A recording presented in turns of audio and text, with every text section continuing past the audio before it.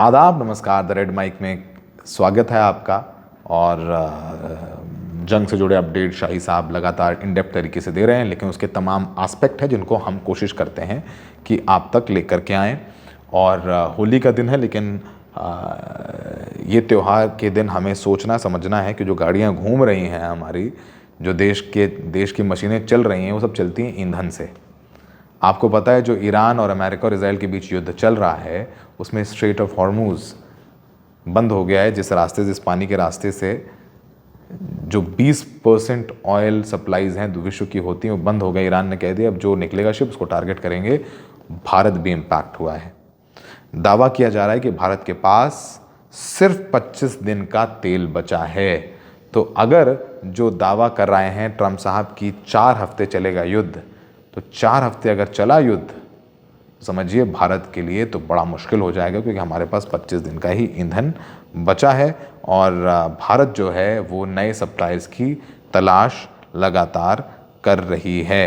यानी भारत के पास 25 दिन का क्रूड ऑयल, कच्चा तेल बचा है, और कच्चा तेल और रिफाइंड ऑयल का स्टॉक बचा हुआ है। जो न्यूज़ एजेंसी ANI है उसके मुताबिक देश की एनर्जी सिक्योरिटी को लेकर ये सरकारी सूत्रों ने उन्हें बताया है। हालांकि सरकार अभी पेट्रोल डीजल के दाम नहीं बढ़ा रही है, लेकिन अगर हालात ऐसे ही ख़राब रहे और हमें कोई ऑल्टरनेट सप्लाई रूट नहीं मिला तो आगे हम देख सकते हैं, हमें देखना पड़ सकता है कि इसके दाम बढ़ गए हैं। दरअसल ईरान ने स्ट्रेट ऑफ हॉर्मूज, जैसे हमने आपको बताया, वो बंद करने का ऐलान किया है। और साथ ही ईरान ने ये भी चेतावनी दी है कि इस रूट से जो भी जहाज़ गुज़रता है, पानी का जहाज़ गुज़रता है, हम उसको निशाना बनाएंगे, हम उसको आग लगा देंगे। ये भी ईरान ने साफ तौर पर कहा है। और ओमान और ईरान के बीच ये 30 से 40 किलोमीटर का जो स्ट्रेट ऑफ हॉर्मूज है वो ऑयल बिजनेस के लिए सबसे महत्वपूर्ण माना जाता है। और हॉर्मूज रूट बंद होने से दुनिया के कई देशों की तेल की सप्लाई पर प्रभाव पड़ेगा, जिसमें भारत समेत तमाम एशियाई मुल्क शामिल हैं। ग्लोबल मार्केट में कच्चे तेल की कीमतों में जो इजाफा है वो $100 प्रति बैरल आगे बढ़ सकता है। यानी अभी तो तेल नहीं बढ़ा रहे हैं, लेकिन जब प्राइसेस इतने बढ़ जाएंगे तो हमें पैसे बढ़ाने पड़ेंगे। ऑलरेडी हम पेट्रोल डीजल के दाम में बहुत पैसा दे रहे हैं। अगर इतने टैक्सेस हैं इंटरनेशनल मार्केट में, तो कीमतें कम भी होती हैं, तब भी हम आज 100 रुपये के करीब भी पेट्रोल और डीजल खरीद रहे हैं। तो ये हमारे हालात हैं। तो हमें लग रहा है शायद पहले इतना पैसा ले चुके हैं सरकार की, अभी वो कह रहे हैं चलो ठीक है, तो 4 दिन तो हम लोग झेल लेंगे, ऐसा लगता है। अब अभी जो ब्रेंट क्रूड की कीमत है वो करीब बढ़ करके 5.58% बढ़ करके करीब $81 प्रति बैरल के आसपास पहुंच गई हैं। तो सरकार कह रही है कि अभी हम आम जनता पर बोझ नहीं डाल रहे हैं। इंटरनेशनल मार्केट में उतार चढ़ाव हो रहा है। हम लोग जो मौजूदा कीमतें हैं घरेलू बाज़ार में उसको स्थिर करने की कोशिश कर रहे हैं। कदम हैं वो उठाए जाएंगे। अब इस बीच कांग्रेस ने भी सवाल उठाना शुरू कर दिए हैं। और अभी हाल ही में सदन में पेट्रोलियम मंत्री हरदीप पुरी ने बताया था कि हमारे पास 74 दिनों का पेट्रोलियम रिजर्व है, और उन्होंने कहा था कि चिंता की कोई बात नहीं। आज सरकार कह रही है कि 25 दिनों का स्टॉक बचा हुआ है।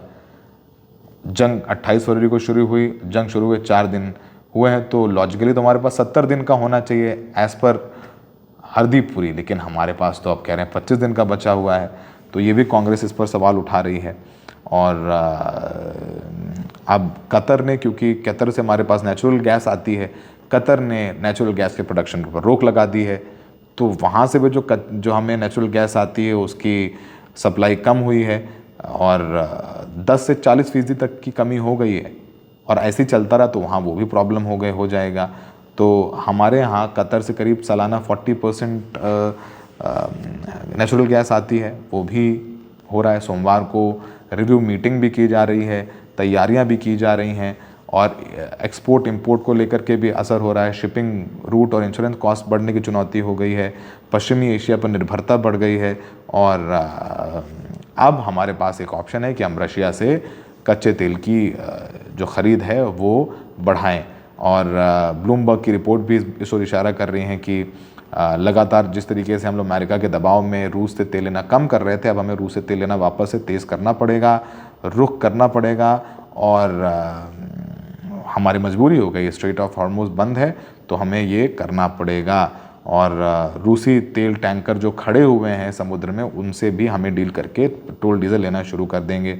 और रूस भारत के लिए भारत को वैसे भी डिस्काउंटेड रेट पर तेल ऑफ़र करता है, तो रूस हमारे लिए एक बेटर है। और सप्लाई सिक्योरिटी हो जाती है। मिडल ईस्ट में और गल्फ़ कंट्रीज़ में काफ़ी उतार चढ़ाव चल रहा है, इस वजह से रूस हमारे लिए एक सुरक्षित विकल्प है। वहाँ से हमें आराम से तेल भी मिल जाता है, कोई प्रॉब्लम नहीं है। इकॉनमी पर भी है कि सस्ता तेल मिलने से देश में पेट्रोल डीजल की कीमतें कम रहती हैं, ये सब कुछ है। तो हमारे पास रूस सबसे बेस्ट अवेलेबल ऑप्शन है, क्योंकि हम खुद ही अमेरिका ने जब पर टैरिफ लगाया तो कहा कि रूस से तेल लेना बंद करोगे, और डोनाल्ड ट्रंप ने तो ट्वीट किया था कि पीएम मोदी ने मुझे प्रॉमिस किया है कि वो बिल्कुल ख़रीद बंद कर देंगे रूस से। और हमने देखा है कि पिछले कुछ महीनों में लगातार हम रूस से तेल खरीदना कम कर ही रहे हैं। अब रूस ही हमारे पास ऑप्शन है, तो हम भले ही खुल करके किसी देश के साथ खड़े ना हो, लेकिन रूस हमेशा से हमारा परंपरागत साथी रहा है। रूस हमारे साथ खड़ा है, हमें भी कभी कभी कुछ बाउंड्रीज ड्रॉ करनी पड़ेंगी। तो कल हमारे सहयोगी मिलन शर्मा ने डिटेल तरीके से बताया था कि स्ट्रेट ऑफ हॉर्मुज़ कितना इंपॉर्टेंट है सप्लाई के लिए। ज़रा उसके कुछ अंश आपको दिखा देते हैं। ऐसा इतिहास में पहली बार हुआ है कि खाड़ी देशों के पास की ये 33 किलोमीटर लंबी पट्टी, जहां से दुनिया के तेल भरे जहाज दुनिया भर में तेल सप्लाई करते हैं, बंद हो गया है। रिपोर्ट्स के मुताबिक ईरान की नेवी ने वायरलेस मैसेजेस भेजे हैं उस इलाके में, हर किसी को कहकर कि यहां से कोई भी जहाज को आने या जाने की अनुमति नहीं दी जाए। साथ ही साथ एक मिसाइल दागकर स्काईलाइट नाम के शिप वेसल पर ईरान ने हमला भी किया, जिसमें 15 भारतीय और 5 ईरानी सवार थे। तो आप देख सकते हैं किस तरीके से ईरान ने यह निर्णय लिया है कि अब स्ट्रेट ऑफ हॉर्मुज़ को कंट्रोल करके रखना है, उसे बंद करके रखना है। आपको बता देते हैं कि ये 33 किलोमीटर की छोटी पट्टी जो है, ये Saudi Arabia, Kuwait, Iraq, UAE और ओमान जैसे देशों के पास पड़ती है। और वहां से सऊदी अरब दुनिया का 60 से 70% तेल एक्सपोर्ट करता है। तो सबसे ज्यादा नुकसान इस वक्त सऊदी अरेबिया, कुवैत और इराक के तेल एक्सपोर्ट पर भी हो रहा है। लेकिन इसका सीधा सीधा इंपैक्ट भारत पर भी पड़ेगा। आपको याद दिलाएं, भारत दुनिया में 80 से 90% तेल इंपोर्ट करता है, और भारत की एनर्जी सिक्योरिटी के लिए ये बहुत महत्वपूर्ण है। ये सारा कच्चा तेल स्ट्रेट ऑफ हॉर्मुज़ से ट्रांसपोर्ट किया जाता है, और अब ये जो ब्लॉकेड ईरान ने लगाया है स्ट्रेट ऑफ हॉर्मुज़ में, ये दुनिया का चोक पॉइंट साबित हो रहा है। फारस की खाड़ी में 33 किलोमीटर का अहम मार्ग दुनिया के सबसे महत्वपूर्ण राजनीतिक रूप से समुद्री तेल गलियारों में से एक है।